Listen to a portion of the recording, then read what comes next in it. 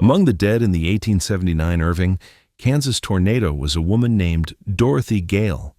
Her body was found wedged headfirst in the mud, stripped of clothing by winds that killed 66 people that afternoon. 21 years later, L. Frank Baum would give that name to a fictional Kansas girl who failed to reach her cyclone cellar in time. But most people did reach their cellars, and those who did survived.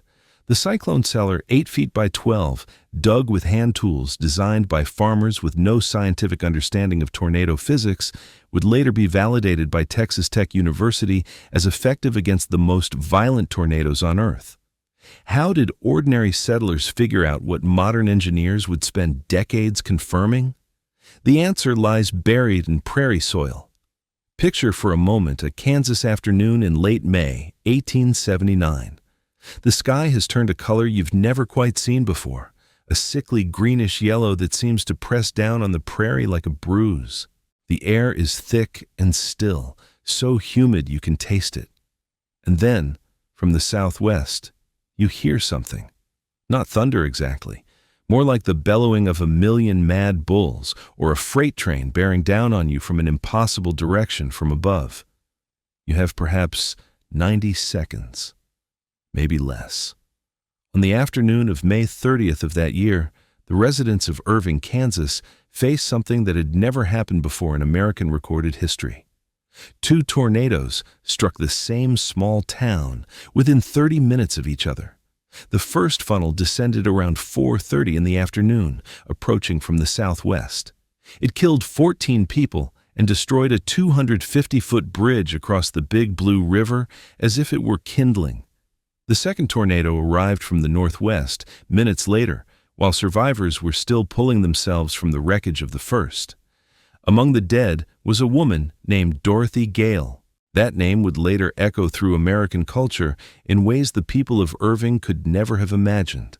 But in that moment, Dorothy Gale was simply one of 66 people killed along the storm's path, their bodies found covered in mud from head to foot, eyes and mouths and ears filled with prairie dirt, clothing torn into shreds.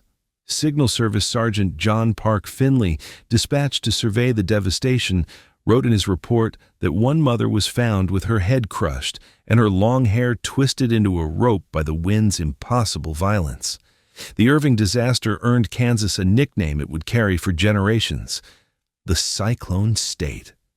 And yet, amid that terrible accounting, Finley noticed something else. The survivors, almost without exception, shared one characteristic. They had made it underground. This is the story of the cyclone cellar. Not a root cellar, though it often doubled as one. Not a dugout dwelling, though it borrowed from that tradition. The cyclone cellar was something more specific, a specialized underground chamber, typically measuring 8 feet by 12, dug 20 to 40 feet behind the farmhouse, designed with features that address tornado physics so precisely that modern engineering has validated them as fundamentally sound. It was, perhaps, the most critical piece of life-saving infrastructure on the American Great Plains, a testament to empirical engineering developed by ordinary people who couldn't afford to get it wrong. How did settlers with no scientific understanding of tornado dynamics create shelters that could withstand nature's most violent wind events? What did they know, and how did they figure it out? And why, when Texas Tech University began systematic tornado research nearly a century later, did they discover that those frontier farmers had already solved problems that modern engineers were just beginning to quantify? The answers lie buried in prairie soil, in the letters and diaries of people who lived with a terror that most of us can barely imagine, and in a kind of practical wisdom that has largely disappeared from American life. To understand what the cyclone cellar meant to a Great Plains family, you first have to understand what that family was up against. The 1880s were the deadliest decade for tornadoes in American frontier history. The Irving disaster was merely the opening act. 2 years later, on April 18, 1880, a half-mile-wide tornado struck the town of Marshfield, Missouri, killing 92 people in a community of roughly 1,500. 69 died within seconds. 23 more died in the weeks that followed. When the funnel had passed, somewhere between 6 and 15 buildings remained standing in the entire town. The accounts from Marshfield are almost impossible to read. One survivor described the aftermath as a landscape of the dead, bodies scattered across fields, hanging from trees, buried under rubble that had been homes moments before. And the response, in the days and weeks that followed, tells us something about the psychological weight of living in tornado country. Many families began constructing underground shelters immediately, and for several years afterward, it was customary for people to live in them, actually live in them, for days and nights at a stretch during any period of storm weather. That wasn't paranoia. That was rational response to lived experience. The carnage continued throughout the decade. Rochester, Minnesota lost 37 people to a mile-wide tornado in August 1883. The St. Cloud Sauk Rapids disaster in Minnesota killed 72 people in April 1886, still the deadliest tornado in that state's history. Witnesses said it was hardly noticed before it was on the city in all its fury. People were not warned of their danger before it was upon them. That last detail matters enormously. Today, we take for granted that tornadoes come with sirens and smartphone alerts, with Doppler radar tracking and television meteorologists pointing at colorful maps. In the 1880s, there was none of that. No sirens, no radio, no telephone in most communities, no way to know what was coming except to watch the sky yourself.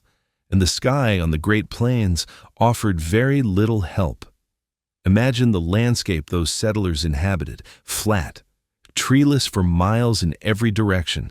The horizon was so distant that you could watch a storm system build for hours, see the clouds piling up into anvil shapes, observe the eerie green tint that experienced farmers knew meant hail at minimum, and possibly worse. But seeing a storm coming and knowing whether it would produce a tornado were entirely different things. The funnel might drop from the clouds while the storm was still miles away, giving you time to reach shelter. Or it might form directly overhead with essentially no warning at all. John Park Finley, who would become America's first tornado researcher after the Irving disaster, tried to develop a warning system. He established a network of volunteer tornado reporters across the Midwest, ordinary citizens who would telegram observations to a central clearinghouse. By 1884, he had developed 15 rules for tornado prediction, incorporating atmospheric indicators he'd observed across hundreds of storms. The Signal Corps even allowed him to issue experimental tornado forecasts. Then, in 1887, the chief signal officer banned the word tornado from all official weather communications. The reasoning, preserved in historical records, seems almost incomprehensible today. It is believed that the harm done by such a prediction would eventually be greater than that which results from the tornado itself. The authorities feared that tornado warnings would cause panic, economic disruption, false alarms that would erode public trust. Better, they concluded, to say nothing at all. That ban would remain in effect in various forms until 1950 for public forecasts. The consequences were measured in bodies. Over 10,000 Americans died from tornadoes during the period when the government refused to warn them of the danger. The tri-state tornado of 1925 alone killed 794 people across Missouri, Illinois, and Indiana, the deadliest single tornado in American history, striking a population that had been deliberately kept uninformed. But we're getting ahead of ourselves. In the 1880s, the ban was just beginning, and Great Plains settlers were learning a brutal lesson. If warning was impossible, then survival had to be engineered in advance. You couldn't outrun a tornado on horseback. You couldn't hide in a frame house. The 1880 Marshfield tornado had leveled most frame and brick structures, and the St. Cloud disaster left 30 dwelling houses destroyed, not one, but in its fall, either killed or horribly mutilated some of its inmates. What you could do, if you had prepared correctly, was go underground. The cyclone cellar that would become standard across the Great Plains was the product of accumulated experience, knowledge refined through the worst possible teacher. Let's start with location. A properly placed cellar sat 20 to 40 feet behind the main house. That distance wasn't arbitrary. Too close, and a collapsing roof or wall might block the entrance, trapping the family underground, or, worse, crush them beneath the rubble. Too far, and you might not make it in time. Remember, warning time was measured in seconds, not minutes. A family sprinting from their kitchen door needed to reach that cellar in the time it took a tornado to cross a quarter-mile of prairie. The preferred position was on the east side of a slight hill, if the terrain allowed. There were practical reasons for this. Storms typically approached from the southwest, so an east-facing entrance meant debris would blow over the door rather than into it. North winds in winter would blow snow away from the entrance rather than piling it up against the door. And morning sunlight would illuminate the dark interior, making the cellar more useful for its secondary purpose, storing the family's food supply. The door itself faced east, set at an angle, not perpendicular to the ground, but sloped at 30 to 45 degrees from horizontal. This design feature was critical. An angled door meant that debris carried by the wind would blow up and over the surface rather than slamming directly into it. Sand and rubble would slide off naturally, and if debris did accumulate on top during the storm, the angle reduced the force necessary to push the door open from inside. You did not want to survive a tornado only to discover you were trapped in your own shelter by 2 feet of lumber and fence posts piled against a door you couldn't budge. Construction began with excavation. Using spade, pick, and mattock, tools that most homesteaders made themselves, a settler would dig a rectangular hole roughly 8 feet by 12 feet across and anywhere from 2 to 6 feet deep. On the flat prairie, where the water table could be high, deeper wasn't always possible. Where hillsides existed, cellars were often dug horizontally into the slope, which provided better drainage and more overhead protection. The walls came next, and here regional variation became pronounced. In Kansas, particularly in the central part of the state, builders favored native limestone. The distinctive post-rock limestone from the Greenhorn Formation was unique to central Kansas and Nebraska, a geological gift that provided settlers with building material they could quarry themselves. These limestone blocks created walls of exceptional durability. The Kansas Historic Resources Inventory has identified over 270 arch stone cellars in just 4 central Kansas counties, many of them still intact after more than a century. Nebraska settlers with less accessible stone turned to what they called Nebraska brick, sod blocks cut from the prairie itself. The best sod came from buffalo grass, with its fine but incredibly tough wiry roots, or from bluestem and prairie cord grass. Harvesting was done in the morning when moisture content was highest, and the blocks would hold together better during cutting and transport. Each block measured roughly 18 to 30 inches wide, 12 to 16 inches long, and 4 to 6 inches thick. Walls needed to be at least 12 to 18 inches thick for structural integrity. Oklahoma Territory, opened to homesteaders after the land runs of 1889, saw a mix of approaches: sod where the prairie remained unbroken, logs near timbered areas, stone where available, and lumber for those who could afford to import it. The common thread was going underground, either straight down or horizontally into whatever hillside the land offered. The floor received less attention than the walls. Most cellars simply had packed earth, smooth flat, and sloped slightly toward the entrance to allow water drainage.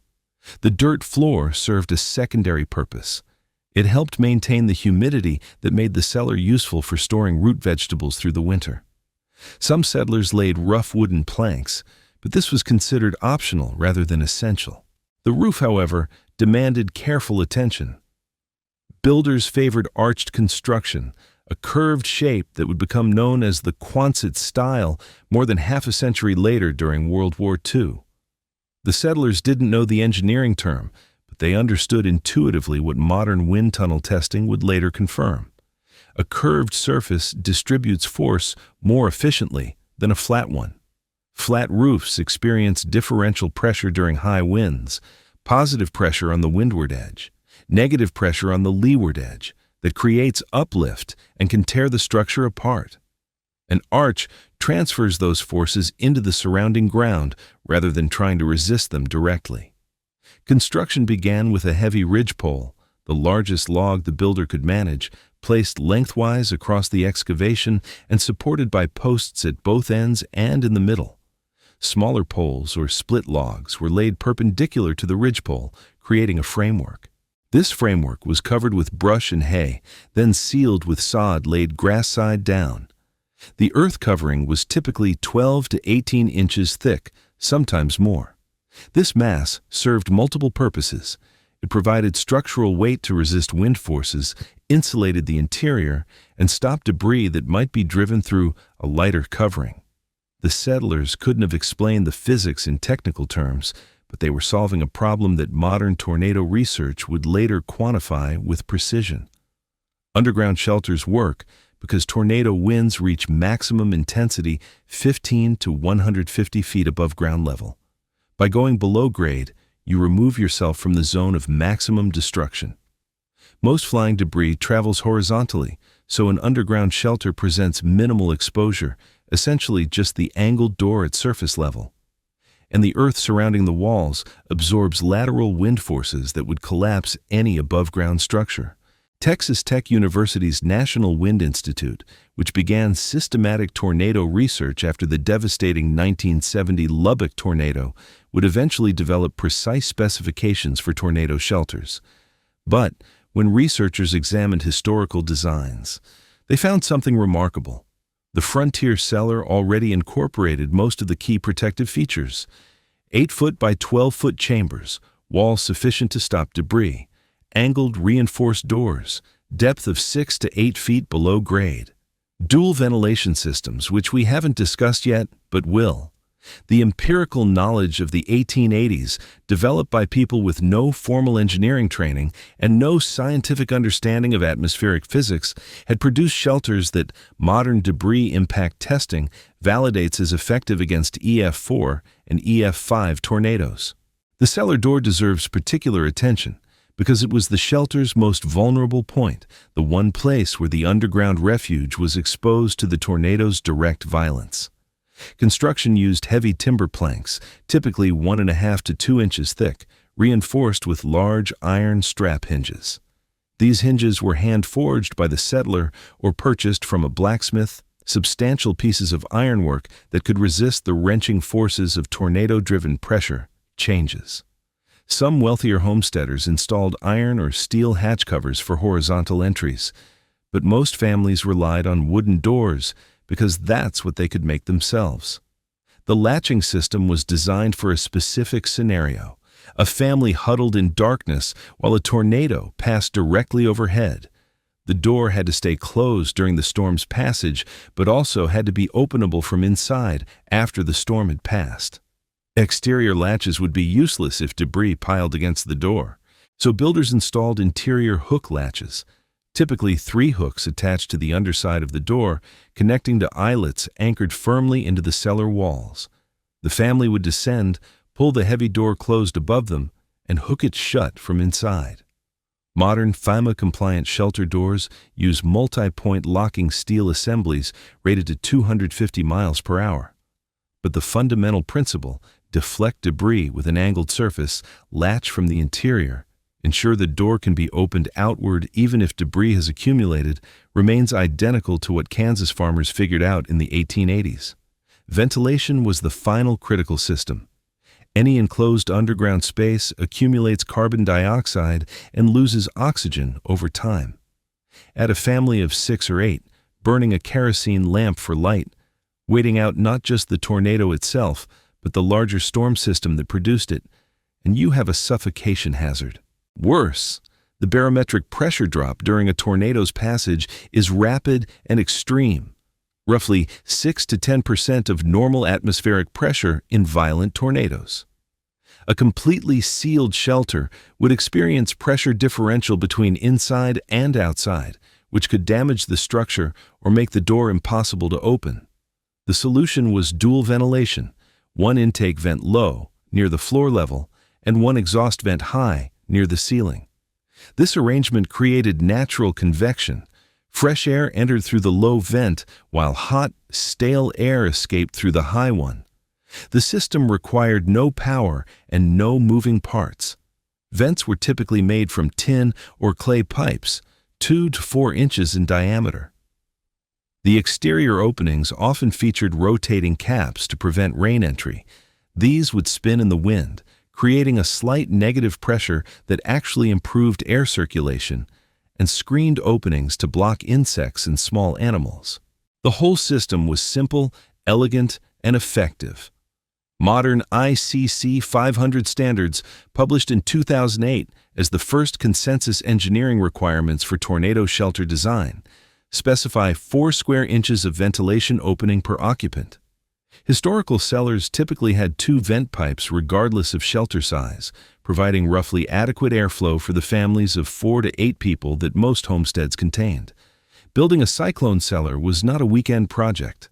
A simple dugout shelter, essentially a hole in the ground with a timber frame and earth covering, could be completed in 1 to 3 days by a single settler working alone. A full cyclone cellar with stone or sod walls, reinforced arched roof, proper door, and ventilation system required weeks of labor.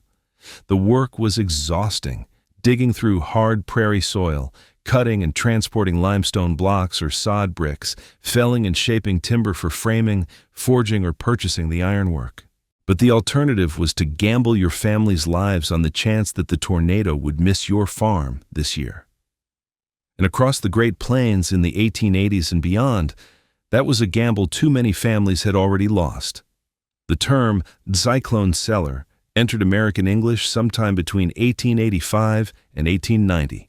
Marking the moment when scattered survival knowledge crystallized into recognized homestead infrastructure. It was no longer a personal improvisation, it was what responsible settlers built. It was how you protected the people you loved in a landscape that could kill them with essentially no warning. And yet, the cellar was only the beginning. What made the difference between adequate protection and genuine safety was knowledge. The kind of knowledge that came from years of living under the threat, watching the sky, reading the signs that nature provided for those who learned to pay attention. The construction methods varied not just by region, but by the experience and resources of each individual homesteader, and by the urgency they felt. For families arriving on the plains immediately after a major tornado outbreak, the cellar often came before the house. There are documented accounts of settlers living in their dugout shelters for months or even years while slowly constructing their above-ground homes.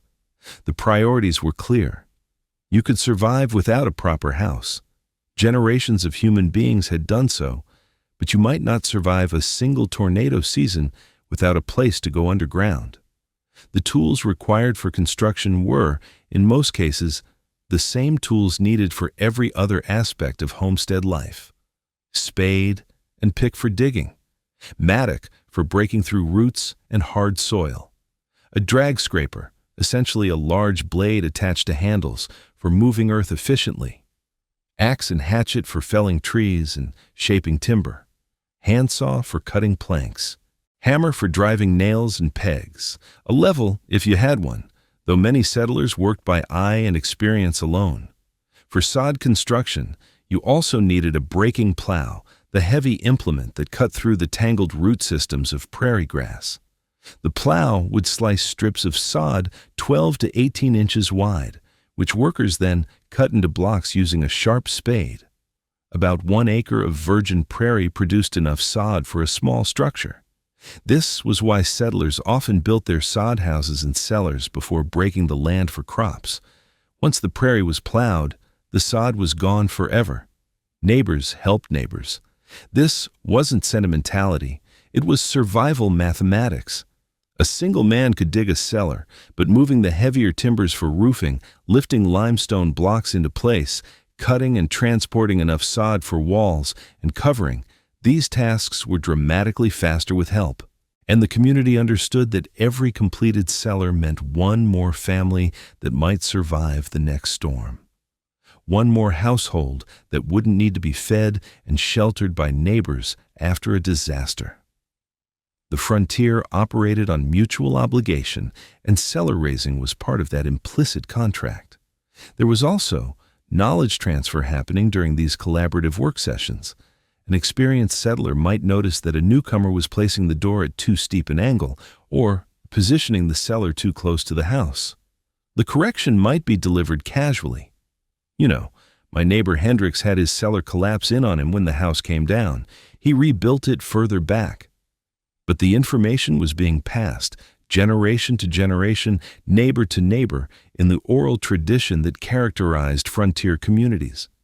Not every piece of that accumulated wisdom has survived into the historical record. We have some of it documented in the letters and diaries that settlers sent back east, in the agricultural publications of the period, in the field notes of researchers like John Park Finley. But much of it existed only in living memory, passed from parents to children, from established families to new arrivals, in conversations that no one thought to write down. We know, for instance, that Kansas builders figured out the specific value of the Greenhorn Formation limestone, its workability, its durability, its tendency to split along predictable planes that made shaping easier. But we don't know exactly how that knowledge spread, who the innovators were, what failures they learned from before arriving at the techniques that worked. We know that Nebraska sod cutters preferred to harvest in the morning when moisture content was high. But we don't know how many settlers tried cutting sod in the afternoon heat, watched their blocks crumble during transport, and had to start over before the community consensus formed around morning harvesting. This is the nature of vernacular engineering, knowledge developed through practice, transmitted through demonstration, refined through the accumulated experience of thousands of people making their own small improvements to received wisdom. It lacks the documentation of formal engineering. There are no technical papers, no patent applications, no dated diagrams showing the evolution of design features. There are only the cellars themselves, many still intact after more than a century, and the fragmentary records of the people who built them. What we can say with confidence is that by the late 1880s, the cyclone cellar had achieved something approaching standardization across the Great Plains. Regional materials varied. Stone in Kansas, sod in Nebraska, mixed construction in the territories. But the fundamental design converged on shared principles: underground placement, arched roof, angled door facing away from the prevailing storm direction, adequate depth for overhead protection, ventilation for pressure equalization, and air quality. This convergence happened without building codes, without licensed architects, without government mandates or official guidelines. It happened because people watched what worked and what didn't, because they talked to each other at church and at the general store, because the consequences of getting it wrong were measured in the lives of people's families.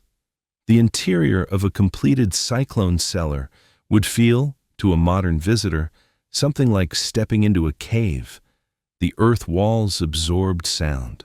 The constant temperature, typically between 32 and 45 degrees Fahrenheit year-round, made the air feel cool even in summer, chill in winter. Dampness was common. Despite drainage slopes and ventilation systems, moisture seeped through earthen walls and collected in corners. The kerosene lamps that provided light cast flickering shadows that made the space feel both smaller and more indefinite, the edges fading into darkness. For the families who used these spaces, the cellar was never just a storm shelter. The same constant temperature that might save your life during a tornado also preserved your food supply during the long months between harvest and spring planting. Shelves lined the walls, rough-hewn planks, often resting on simple supports driven into the earth or mortared into stone.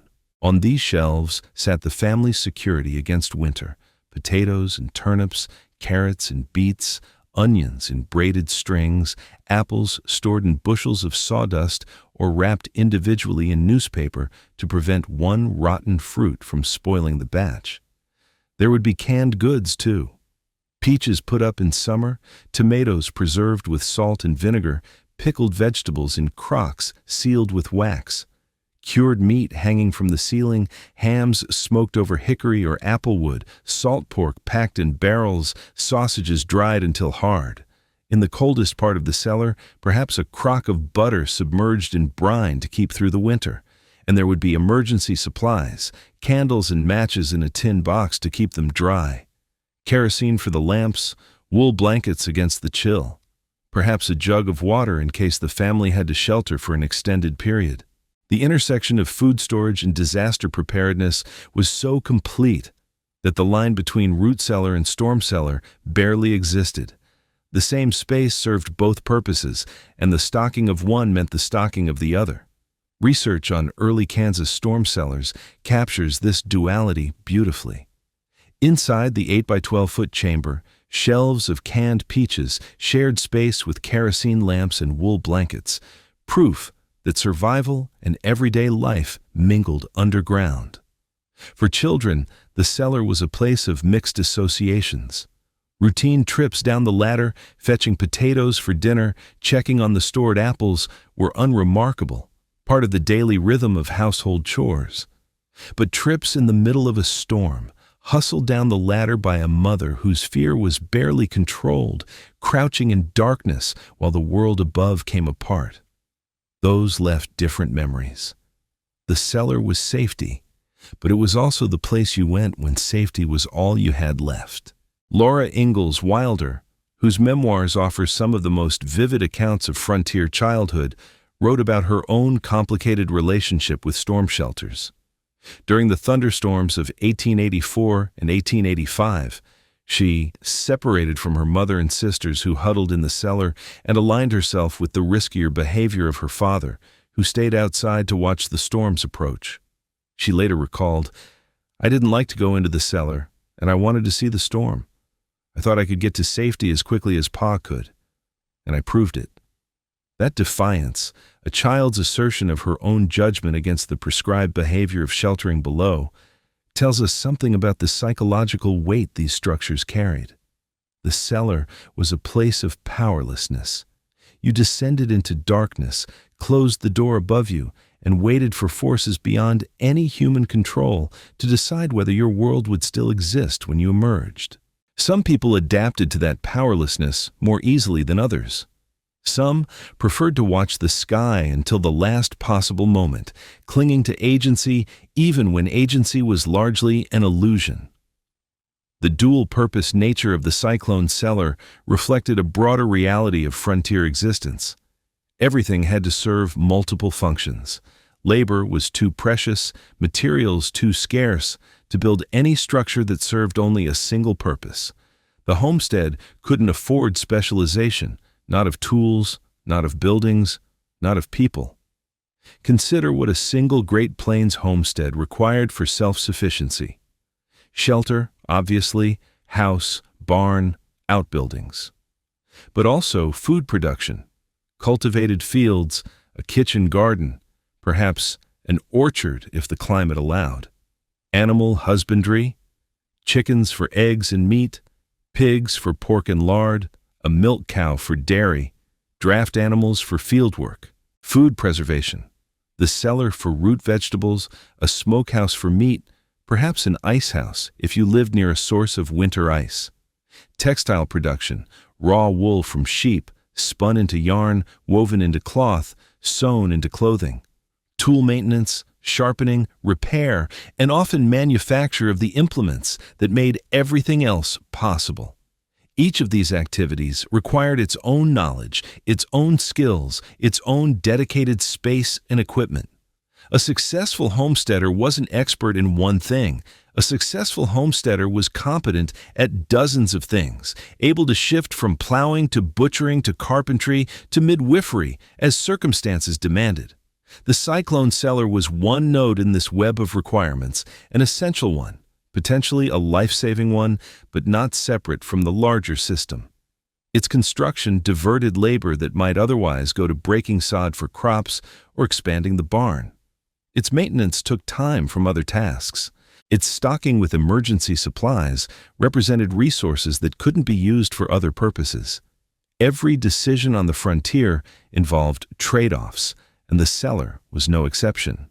What made the cellar non-negotiable was the asymmetry of the risk.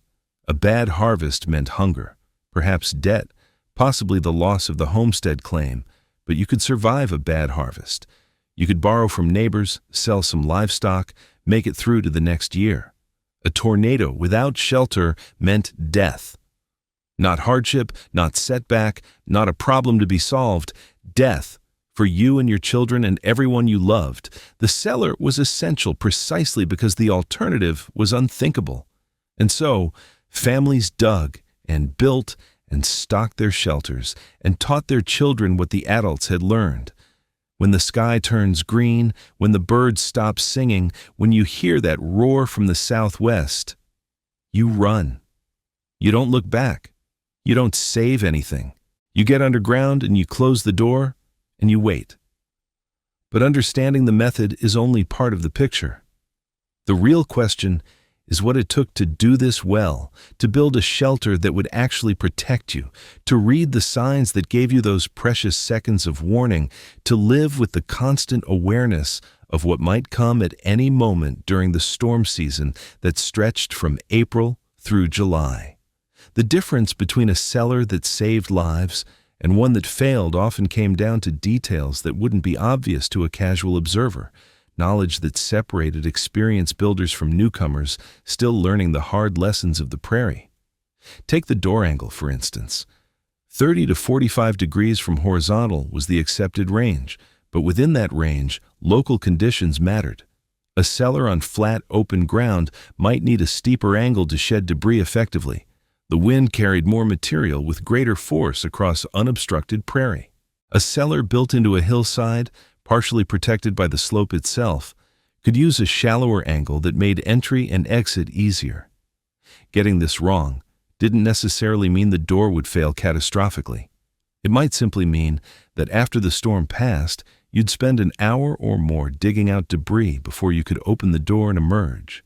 An hour during which injured family members waited, during which fires might spread, during which you didn't know what was left of your home and your life above ground. The orientation mattered too, in ways that went beyond the basic principle of facing the door away from prevailing storm direction. Experienced settlers learned to account for their specific terrain. A slight ridge to the southwest might deflect the worst debris.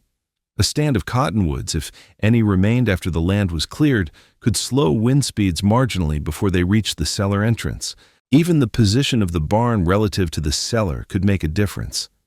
You didn't want to be directly downwind of a structure full of loose hay and heavy equipment that the tornado would convert into projectiles.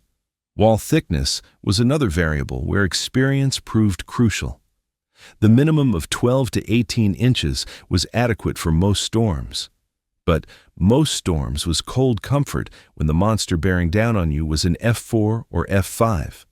Settlers who had survived violent tornadoes, or who had seen the aftermath, tended to build thicker.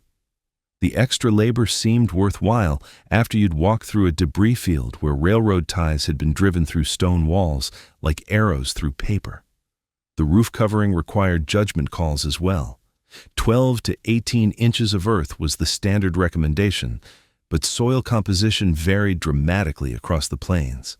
Sandy soil was lighter and easier to work with, but it also eroded faster and provided less mass to resist wind forces. Heavy clay was better for protection, but harder to excavate, more likely to retain moisture and drip through the roof structure, more prone to cracking during drought conditions. Some builders learned to layer different soil types, clay on the bottom for weight, sandy or topsoil above for drainage, essentially inventing composite construction techniques through trial and error. Then there were the failures you couldn't plan for. A cellar built during a wet spring might perform beautifully for years, then collapse during a particularly dry summer when the soil contracted and the roof supports shifted. Termites could attack wooden support posts invisibly, leaving them structurally compromised until the weight of accumulated snow or the stress of a storm brought the whole structure down. Roots from nearby trees, planted for shade, for windbreak, for fruit, might grow through earthen walls over years, creating channels for water infiltration that gradually weakened the structure. The settlers who built cellars that lasted learned to think in longer time frames than newcomers typically managed. They selected timber that had been properly seasoned, even though green wood was easier to cut and shape. They oriented roof poles to minimize water contact, even though the easier configuration might have been faster to construct. They returned to their cellars after every major storm, inspecting for damage, shoring up weak points, making the small repairs that prevented small problems from becoming catastrophic failures. This kind of maintenance knowledge, the understanding of how a structure aged, what signs indicated developing problems, when to reinforce and when to rebuild entirely, was perhaps the hardest to transmit. You couldn't learn it from a single building session with neighbors. It accumulated over years of living with the structure you'd built, noticing subtle changes, developing an almost intuitive sense of your cellar's condition.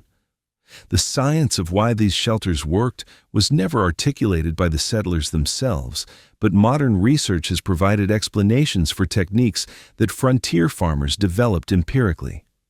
Underground placement removes occupants from the zone of maximum wind intensity, which extends from roughly 15 feet to 150 feet above ground level. This is where debris velocity is highest, where lateral wind forces reach their peak, where the tornado's violence is most concentrated. Simply being below grade eliminates exposure to these forces almost entirely.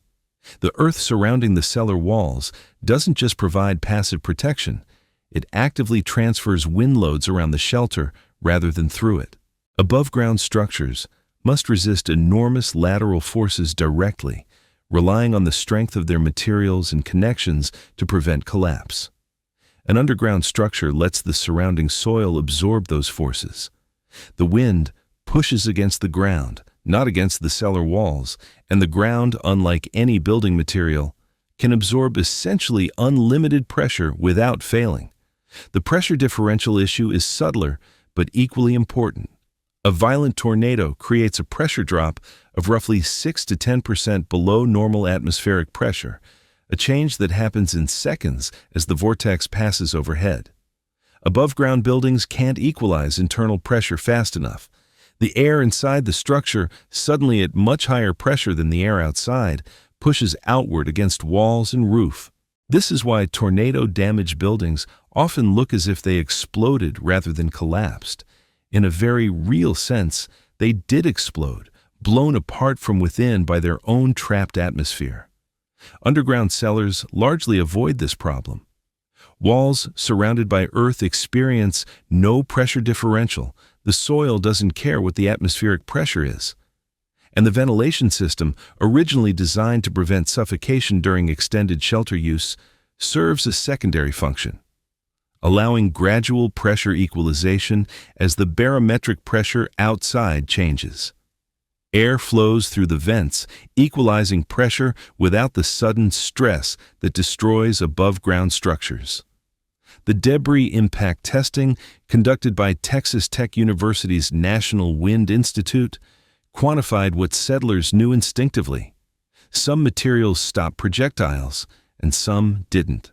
Using a pneumatic cannon that fires a 15-pound wooden board at 100 miles per hour, simulating debris propelled by a 250-mile-per-hour tornado, researchers found that 8-inch concrete masonry units reinforced with rebar resisted penetration completely.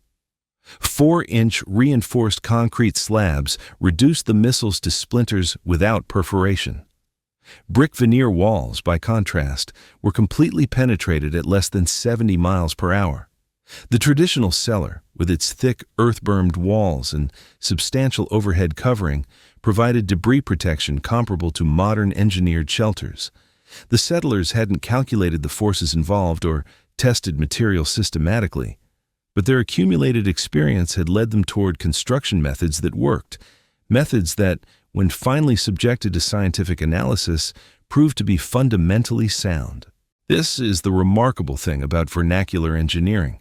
It can produce correct solutions without understanding why they're correct. The knowledge that curved roofs resist wind better than flat ones didn't require comprehension of differential pressure or load distribution. It only required noticing that curved roofs survived more often. The knowledge that angled doors shed debris didn't require physics calculations. It only required observing what happened to vertical doors after major storms. Pattern recognition and selective memory, applied over decades by thousands of builders, converged on designs that modern engineering validates as effective. The settlers who dug these cellars were not primitive. They were rational actors working with imperfect information, making decisions under uncertainty, learning from outcomes, refining their approaches over time. That their methods closely match modern engineering specifications suggests not luck, but a kind of distributed intelligence, the collective problem-solving capacity of communities where the cost of failure was measured in lives. Imagine yourself on a Kansas homestead in late May, sometime in the mid-1880s. The year's planting is done, the winter wheat is heading toward harvest, and the work has shifted from the desperate scramble of spring to the watchful waiting of early summer. You've been watching the sky since April. Not constantly, there's too much work for that, but habitually, automatically, the way you might check the road for approaching traffic in the modern world. Every time you step outside, your eyes go to the southwest horizon. You're looking for the particular clouds that Signal Service Sergeant Finley described as peculiar, though you've probably never read Finley's reports. You learned what to look for from your father or your neighbors, or the hard experience of living through storms that taught you more than any book could. The warning signs have become second nature. Heat and humidity together, so thick you can feel the air pressing against your skin, hot, gusty puffs of wind that seem to come from nowhere, changing direction unpredictably. A sky that takes on that greenish-yellow cast you've never seen anywhere else. The color of a bruise just beginning to form. And if you see clouds building into anvil shapes to the southwest, tops spreading out flat against the invisible ceiling of the upper atmosphere, you start keeping your children closer to the house. Today has that feeling. The air went still around midday, that oppressive quiet that always seems to precede something.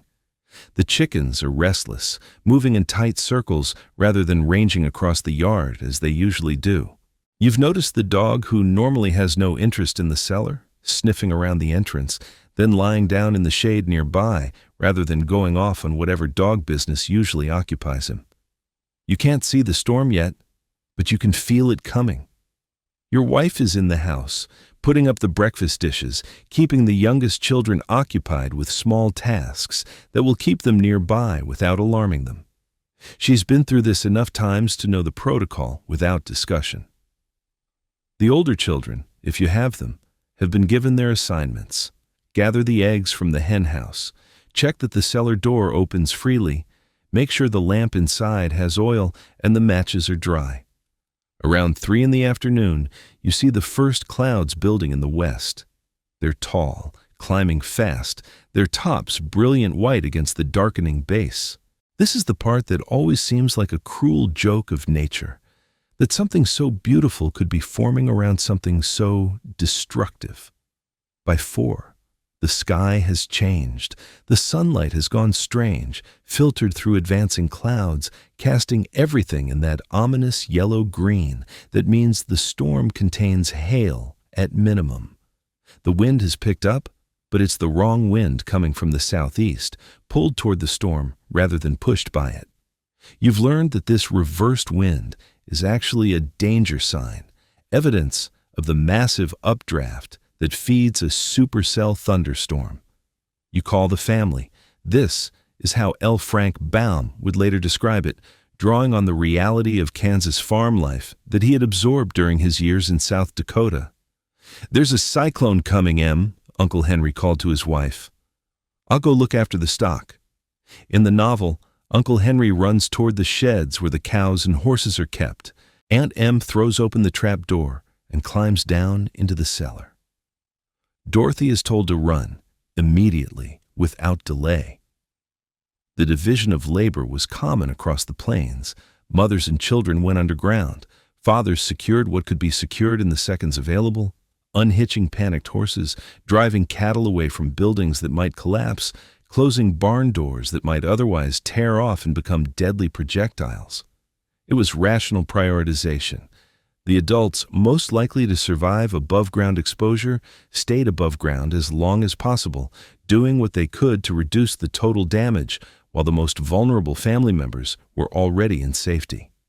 You can hear it now, that sound that everyone describes differently, but no one ever forgets. The buzzing of 1,000,000 bees, the bellowing of 1,000,000 mad bulls, the roar of a freight train, except there's no railroad within 50 miles. It fills the air, seems to come from everywhere at once, drowns out your own voice as you shout final instructions to your wife. She's already down the ladder, the youngest child in her arms, the others following as fast as they can descend. You take one last look at the southwestern horizon and see it. The dark funnel extending from cloud to ground, wider at the top than the bottom, moving across the prairie with terrible, deliberate speed. You have, perhaps, 30 seconds. You don't remember the sprint to the cellar afterward, just the moment of grabbing the door handle, the surprising weight of the heavy timber as you pull it closed behind you, the scramble down the ladder, the metallic scrape of the hook latches engaging in their eyelets. And then darkness.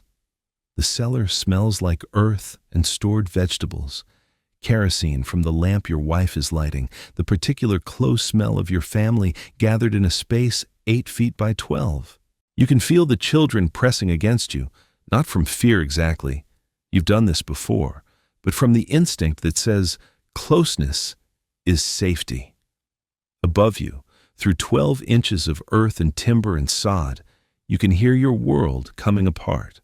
The sound is beyond anything you could have imagined before you experienced it. The roar that seemed loud outside is now a physical presence, vibrating in your chest, making your ears ache with pressure.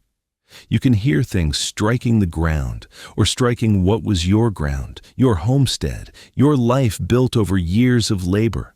Heavy impacts that you know must be structural timber, lighter crashes that could be furniture, strange rhythmic thuds that might be fence posts driving themselves into earth like giant nails.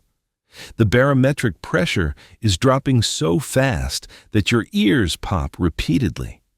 The flame of the kerosene lamp flickers wildly despite the enclosed space, responding to the air being pulled through the ventilation pipes. This is the moment when the design of your shelter is tested, when every decision you made about wall thickness, about door angle, about roof construction, either proves adequate or fails. The whole passage lasts perhaps 90 seconds. It feels like an hour. And then the roar begins to fade, moving away to the northeast, and you realize that you are still alive, your family is still alive, and whatever is left above you, you will face together. The experience of Will Keller of Greensburg, Kansas, on June 22, 1928, offers one of history's most remarkable perspectives on what a tornado looked like from a cellar entrance. Keller had been working in his field when the storm approached. He reached his cellar and sent his family down, but instead of following immediately, he turned to watch the approaching funnel. What he saw has been cited by meteorologists ever since. Looking up into the tornado from below, Keller observed what appeared to be a hollow cylinder, the calm eye at the center of the vortex directly above his head. He could see lightning inside the funnel, which zigzagged from side to side. The walls of the tornado were rotating around him while he stood in relative calm at the very center of destruction. His wife Myra and young son waited safely below while Keller made this extraordinary observation. The cellar saved the family, as cellars saved thousands of families across the Great Plains. But Keller's account reminds us that even in the moment of safety, some people felt the pull to understand what they were hiding from, to witness the incomprehensible violence and try to make sense of it. Not everyone who tried to watch died. Not everyone who sheltered survived. The randomness of tornado damage meant that some families emerged from their cellars to find their homes essentially undamaged, while neighbors a quarter-mile away had lost everything. Baby Minnie Mae Dugan survived the 1880 Marshfield tornado, by being blown from the wreckage and caught in a tree, where she hung by her clothing until rescuers found her crying the next morning. Some said she inspired the lullaby "Rock-a-bye Baby," but the patterns were clear enough. Families who reached shelter survived at dramatically higher rates than those who didn't, and families whose shelters were properly constructed survived at higher rates than those with inadequate protection. The Morgan Hughes family, caught in an 1883 Missouri tornado, illustrated the narrow margin between survival and disaster. Morgan was running for the cellar with his daughter Maggie in his arms when the wind tore the house apart. His wife Margaret, holding their older daughter Annie, was blown into a hedge fence row. Margaret survived with injuries, leg and face, but the family had been separated, some protected and some exposed, in the seconds between the storm's arrival and their attempted shelter. Little Maggie became the oldest survivor of that tornado, living approximately 100 years. The cellar that her father nearly reached would have protected the whole family. The seconds that made the difference between safety and exposure were the seconds the storm took from them. The cyclone cellar didn't exist in isolation. It was one node in a complex system of frontier self-reliance, connected to every other aspect of homestead life by the relentless logic of survival. The cellar preserved the food that sustained the family through winter, but that food had to be grown, harvested, and prepared for storage during the months before the first frost. The same family that dug the cellar also plowed the fields, planted the crops, cultivated and weeded and protected the growing plants from insects and drought. They butchered animals in fall, smoked and salted the meat, rendered fat into lard that would cook a year's worth of meals. They put up preserves from the fruit they'd cultivated, pickled vegetables in crocks, dried beans and corn for the months when nothing fresh would grow. The cellar required construction materials: timber for the roof structure, stone or sod for the walls, iron for hinges and latches. Those materials had to be gathered, shaped, transported. The timber might come from cottonwood growing along a distant creek, requiring days of hauling. The stone might need to be quarried from an outcrop miles away. The iron, unless you had a forge and the knowledge to work it, meant a trip to the nearest town, a transaction in the cash economy that existed precariously alongside the barter and self-sufficiency of frontier life. The tools used to build the cellar were the same tools used for every other task. The spade that dug the foundation also dug irrigation ditches, turned the garden in spring, excavated graves when they were needed. The axe that felled timber for the cellar framing also provided firewood, cleared land for cultivation, served as weapon and tool and multi-purpose implement. Nothing was specialized, nothing was used for only one purpose, and the skills required for cellar construction overlapped extensively with skills required for everything else. The judgment about soil conditions that determined wall thickness came from the same observational knowledge that told you which fields would drain well and which would become muddy bogs after rainfall. The understanding of wood that guided timber selection for roof supports was the same understanding that told you which logs would burn slow and hot, which would make fence posts that lasted decades, which would rot in the ground within a year. Modern life has separated these functions almost completely. We have specialists for everything. A contemporary American who wanted to build a tornado shelter would hire a contractor, who would hire subcontractors for excavation, concrete, electrical, and finishing work. The materials would arrive by truck from suppliers who acquired them from manufacturers who processed raw materials extracted by mining companies. The homeowner's role would be limited to writing checks and making aesthetic decisions. The frontier homesteader did all of it, or found neighbors who could help with the parts they couldn't manage alone. This wasn't romantic, it was exhausting, and many settlers failed, losing their claims, their health, their lives to the demands of a system that offered no margin for error. But it produced a kind of competence that has largely vanished from modern experience. The knowledge of how things work because you built them yourself, the confidence that comes from having solved problems with your own hands, the deep understanding of physical reality that develops when your survival depends on getting the material world right. The storm cellar was perhaps the purest expression of this competence. You dug a hole in the ground, you structured it to resist forces that could destroy buildings, you maintained it against deterioration, and when the moment came, you trusted your life and your family's lives to your own work. If you had built well, you lived. If you had cut corners, skipped steps, trusted luck instead of labor, you might not. The community dimension of frontier life meant that cellar building was both individual and collective responsibility. Neighbors helped neighbors not just during construction, but during storms. Accounts from the period describe families from distant homesteads arriving at a neighbor's cellar when the sky turned threatening.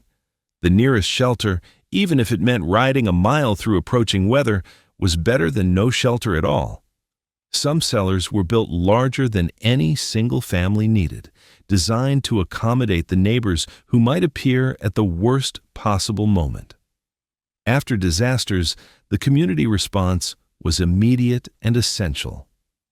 From the 1880 Marshfield tornado, the fire bell was rung, and immediately measures were taken to provide food and clothing for the unfortunate residents. Homes that had survived became hospitals for the injured. Barns became shelters for the suddenly homeless. The same networks that had helped build cellars now helped families recover from their destruction. The black homesteaders of Nicodemus, Kansas, established in 1877, faced particular challenges. Arriving with little capital and no established support networks in the region, the community struggled through early years when crop failures and harsh winters threatened their survival. Without charity from white neighbors and Osage hunting parties, yes, the same indigenous people whose lands had been taken also helped the newcomers survive, the community might not have made it through their first winters. This complicated picture, self-reliance that depended on community support, independence that required interdependence, characterized frontier life generally. No family was truly alone. Even the most isolated homestead existed within networks of mutual obligation. Neighbors who would help raise a barn, share expertise on crop varieties, loan tools and seed, take in children if parents died. The cyclone cellar, that monument to individual preparedness, was often built with help from neighbors and used by neighbors when the need arose. Regional variations in cellar construction reflected the diversity of the Great Plains environment and the adaptability of frontier ingenuity. Central Kansas builders had access to the distinctive post-rock limestone of the Greenhorn Formation, a geological gift that provided excellent building material. These limestone cellars were among the most durable constructed anywhere on the plains. The Kansas Historic Resources Inventory has documented hundreds still standing, many well over a century old, testifying to both the quality of the stone and the skill of the builders who shaped it. Nebraska's landscape offered less accessible stone, pushing settlers toward sod construction. The Nebraska brick technique, blocks of virgin prairie bound together by the dense root systems of native grasses, produced cellars that were adequate but less permanent than stone. Sod structures required more maintenance, absorbed more moisture, deteriorated faster. But they could be built from materials that lay literally underfoot, requiring no quarrying, no hauling, nothing but the labor of cutting and stacking. Oklahoma Territory, opened to settlement in the land runs beginning in 1889, saw the greatest variety of construction methods. The timber of the eastern portion, the grasslands of the center, the arid conditions of the west, each demanded different approaches. Some Oklahoma cellars combined techniques, using sod for walls and timber for roofing, or stone foundations with earth-bermed upper portions. The Texas Panhandle presented particular challenges. The Llano Estacado, staked plains, was so flat, so treeless, so devoid of conventional building materials that early settlers sometimes dug straight down, creating vertical shafts with ladder access rather than the horizontal or angled entries common elsewhere. These dugout shelters were simpler to construct, but harder to enter quickly, and they accumulated water during heavy rains that often accompanied tornado-producing storms. Evolution over time brought improvements that spread through the network of frontier knowledge transfer. Following the Dust Bowl of the 1930s, itself a consequence of the agricultural transformation of the plains, builders began incorporating reinforced concrete into cellar construction.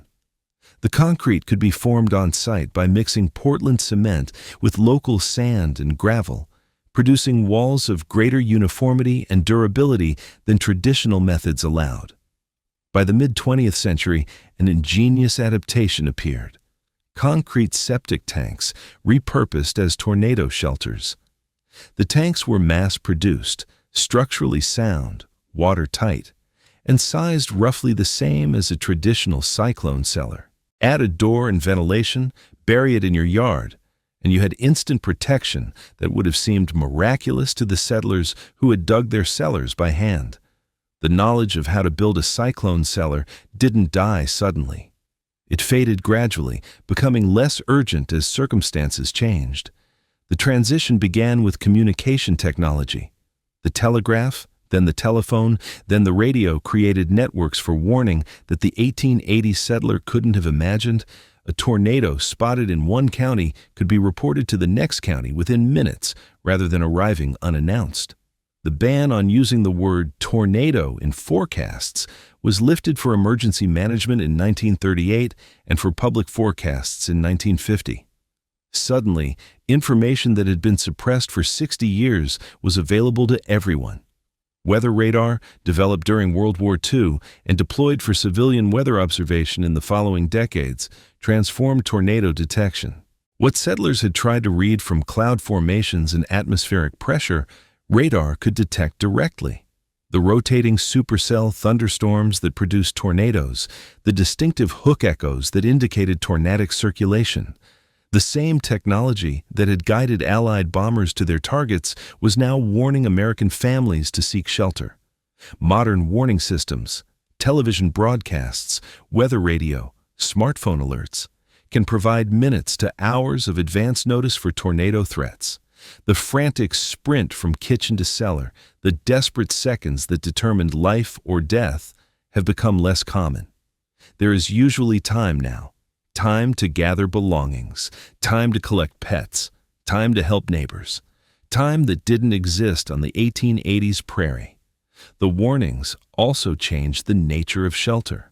When you know a tornado is coming with 30 minutes notice, you can shelter in a basement or interior room. Imperfect protection, but often adequate for the less than violent tornadoes that make up the majority of events. The specialized cyclone cellar, designed for the worst-case scenario when you had essentially no warning at all, became less critical. General-purpose basements, built for other reasons entirely, provided acceptable protection most of the time. Economic changes mattered too. The self-sufficient homestead, where families built their own infrastructure because no one else would build it for them, gave way to commercial agriculture with its specialization and hired labor. Farmers who once dug their own cellars now contracted with builders. The knowledge of how to select a site, how to shape timber, how to judge soil conditions, knowledge that had been passed from parent to child for generations, was no longer needed when you could simply pay someone else. And then there was the great depopulation of rural America. The same 160-acre homesteads that had supported families of 8 or 10 in the 1880s were consolidated into operations of thousands of acres, worked by machinery rather than human hands. The farm families who had built and maintained cellars moved to towns, to cities, to lives where tornado threats were managed by municipal emergency services rather than individual preparation. Within 2 generations of electronic warning systems and professional construction services, the accumulated knowledge of cyclone cellar construction had largely disappeared from living memory. What remains today exists in 3 forms: the physical structures themselves, many still standing after a century, the descendants of that knowledge in modern shelter design, and the historical documentation that scholars and filmmakers can access. The physical cellars are scattered across the plains like archaeological sites. The Kansas Historic Resources Inventory has cataloged hundreds. Many are on private land, maintained or abandoned, depending on the current owner's awareness of what they possess.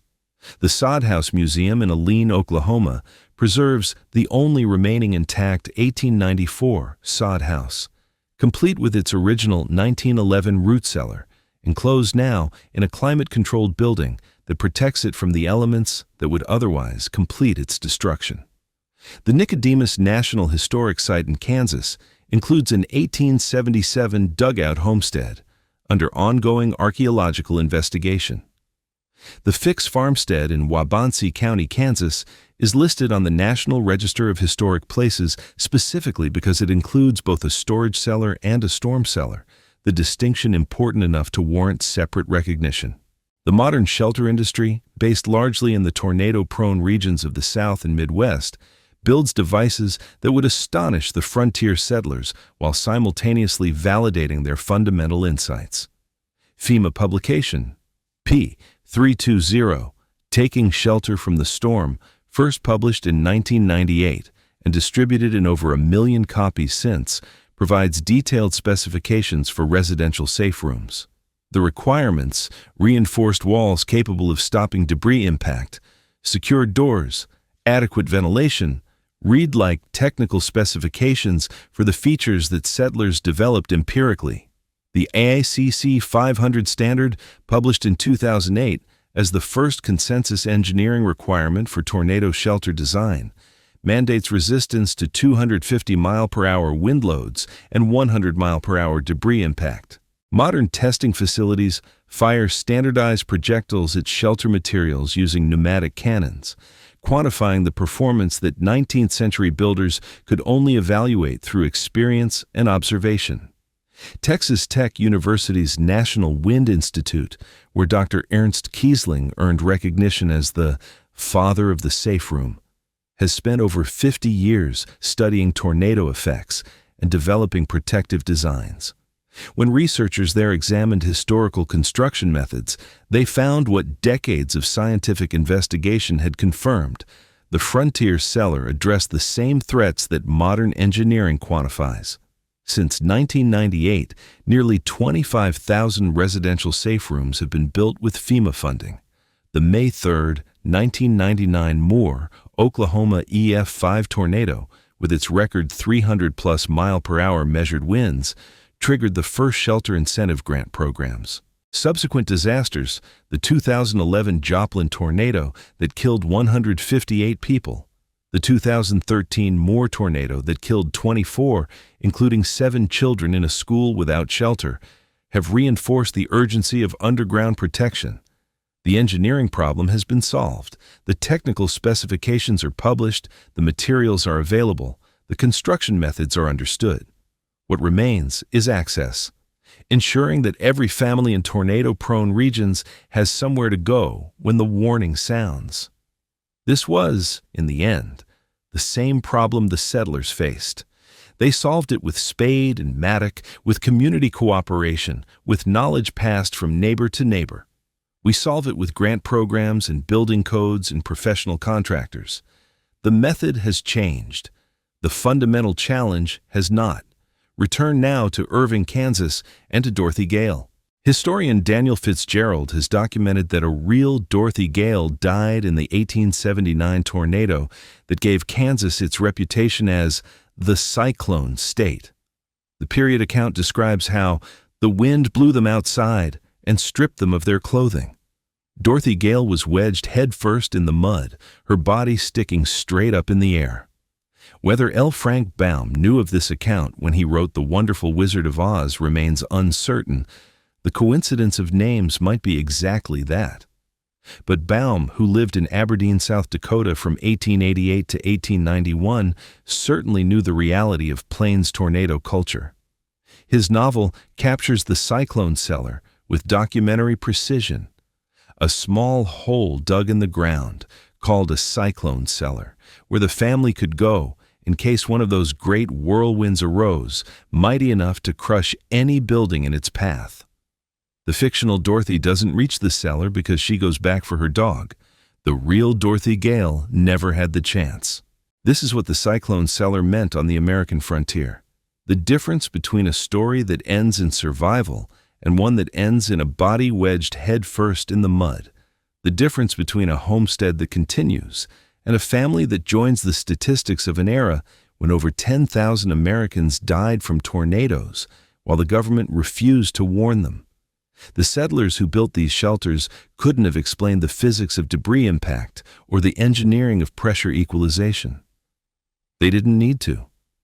What they understood was simpler and more fundamental, that the ground itself would protect them when nothing else could, that their own labor, applied correctly, could give their families a chance to survive forces beyond any human control, that the hole in the earth behind the farmhouse was worth every hour spent digging, every timber lifted into place, every iron hinge forged or purchased with precious cash.